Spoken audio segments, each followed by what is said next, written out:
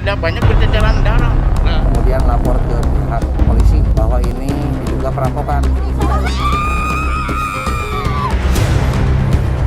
Diperkirakan digunakan untuk memukul korban, yaitu kayu cucian untuk baju itu.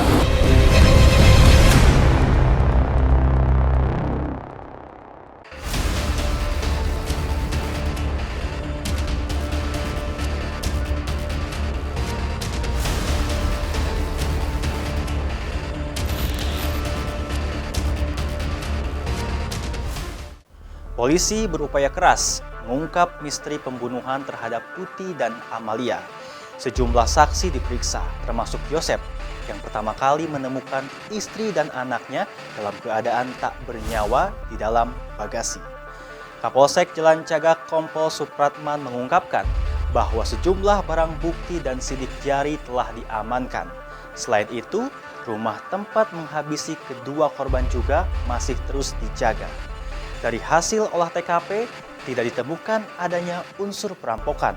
Tak ada barang yang hilang di rumah korban dan tak ada piranti rumah yang rusak, seperti pintu ataupun gerbang rumah. Kedua korban diduga dihabisi dengan papan penggilasan cucian yang dipukulkan ke bagian kepala dan tubuh.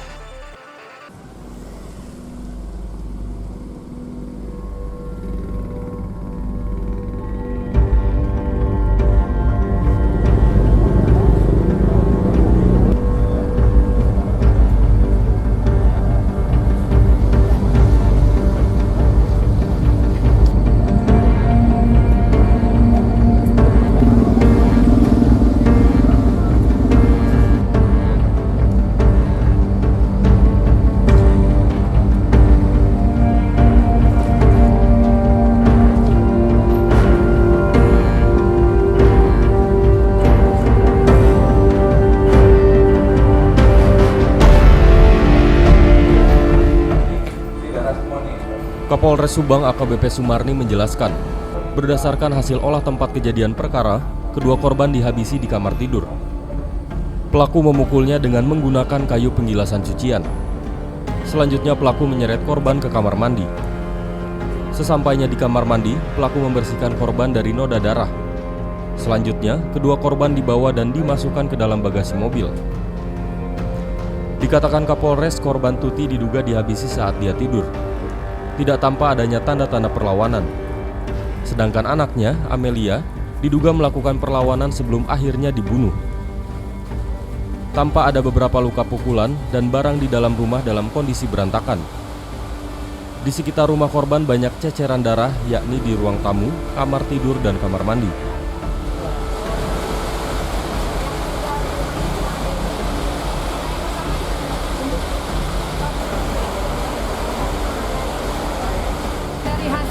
TKP yang kami lakukan di TKP ini, kita menemukan beberapa barang bukti ya.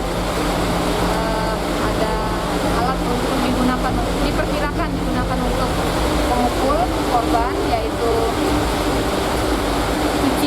kayu cucian untuk baju itu, dan kayu itu disembunyikan di rak tumpukan barang-barang bekas. Kemudian dari hasil pemeriksaan kita tidak ada pintu yang dirusak, dan tidak ada barang yang hilang.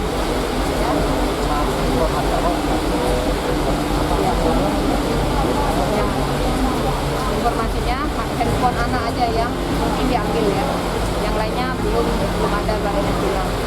Kemudian kita juga mengambil beberapa sidik jari, bercak darah, kemudian barang bukti yang diperkirakan yang digunakan oleh pelaku. Kemudian tadi kita olah TKP, diperkirakan korban ketika dilakukan pemukulan di kamar, kemudian dibawa ke kamar mandi untuk mungkin dibersihkan lukanya atau segala macam atau darahnya, mungkin diseret karena ada bekas jejak seretan darah di sepanjang jalan kamar mandi menuju ke mobil.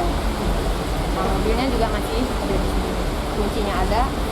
Ya, kita jadikan ini fakta-fakta penyidikan.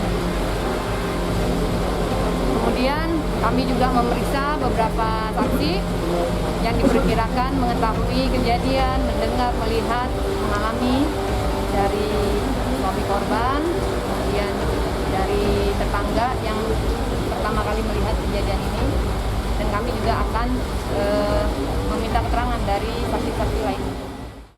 Setelah dilakukan autopsi di Rumah Sakit Sartika Asih Bandung, jenazah dipulangkan pada keesokan harinya, Kamis 19 Agustus sekitar pukul 2 dini hari. Seperti apa prosesi pemakaman kedua korban? Singkap akan kembali setelah jeda berikut ini. Maupun si ibunanya, mata keluarga membahas sangat-sangat baik. Ya, keluarga sangat-sangat terpukul kejadian ini. Tapi kalau ketemu gitu, ya kan kita senang gitu ya, happy. Jadi dia jarang banget buat cerita-cerita kayak dia ngerasa lagi kayak gimana.